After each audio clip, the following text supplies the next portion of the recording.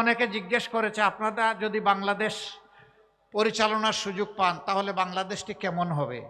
আমি বলেছি ডাকসু যেমন আসে তার চেয়ে ভালো হবে ইনশাআল্লাহ। আমরা বড় ব্যতীত, বড় দুঃখ হচ্ছে জনগণের রায়ের উপর, চিন্তার উপর, মতের উপর আপনাকে আস্থা রাখতে হবে। আপনার কথা আপনি বলবেন, আমার কথা আমি বলবো, এই সুযোগ সবাইকে দিতে হবে। আজকে দেখলাম একজন উন্মাদ হয়ে গিয়ে বলতেছে জামাতে ইসলামীর নারী কর্মীরা কোনো জায়গায় আসলে ওদের পোশাক খুলে ফেলবে। সে তার সহকর্মীদেরকে হুকুম দিচ্ছে। আরেক জায়গায় চাঁপাইনবাবগঞ্জে মেয়ে হয়ে একজন কথা বলেছে যে ওদের হেজাব এবং নেকাব খুলে ফেলবেন টান দিয়ে, ওদেরকে ধরে পুলিশের হাতে দিয়ে দিবেন। এর নাম গণতন্ত্র?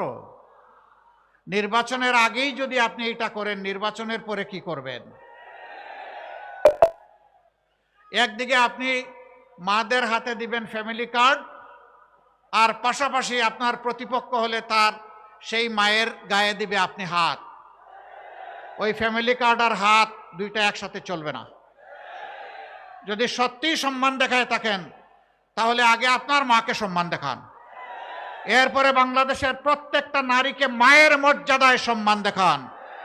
মানুষ আপনাকে ভালোবাসবে, আপনাকে স্যালিউট দেবে। আমি বলে দিতে চাই, আমাদের জীবনের চেয়ে মায়েদের ইজ্জতের মূল্য আমাদের কাছে অনেক বেশি। আমি সাফ সারা বাংলাদেশের শান্তিকামী মুক্তি পাগল মানুষকে বলে দিতে চাই, বিশেষ করে যুবকদেরকে বলে দিতে চাই, কোনো মায়ের সাথে কেউ যদি এই ধরনের অসভ্য আচরণ করে আপনারা আবার 24-এর মতো বিস্ফোরিত হবেন। বলবেন জীবন দিব কিন্তু মায়ের মর্যাদা দেব না, কাউকে না মায়ের মর্যাদা নিয়ে টান দিতে দেব না, জীবনের বিনিময়ে হলেও মায়ের মর্যাদা রক্ষা করব। যারা মাদেরকে নিয়ে এইরকম অপমান করেন, এদেশের অর্ধেক হচ্ছেন আমাদের মায়ের সমাজ, তারা কিভাবে আশা করেন সেই মায়েরা তাদেরকে সমর্থন দেবে? আমরা দোয়া করি শুভ বুদ্ধির উদয় হোক। হ্যাঁ, মাদের ছাড়াও বিভিন্ন জায়গায় হচ্ছে। আজকেও ঢাকায় দেখেছেন কিছু একটা হয়েছে। প্রতিদিন বিভিন্ন জায়গায় অসহিষ্ণু এই কার্যক্রম চালানো হচ্ছে।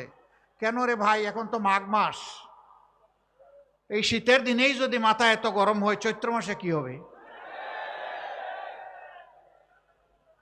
আপনার আদর্শ নিয়ে আপনি মাথা ঠান্ডা রেখে যান জনগণের কাছে, সুন্দর করে বুঝায় কথা বলেন, আপনাকে আমরা ওয়েলকাম করব। কিন্তু আপনি গায়ের জোরে সেই ফেসিবাদী কায়দায় আবার নির্বাচনকে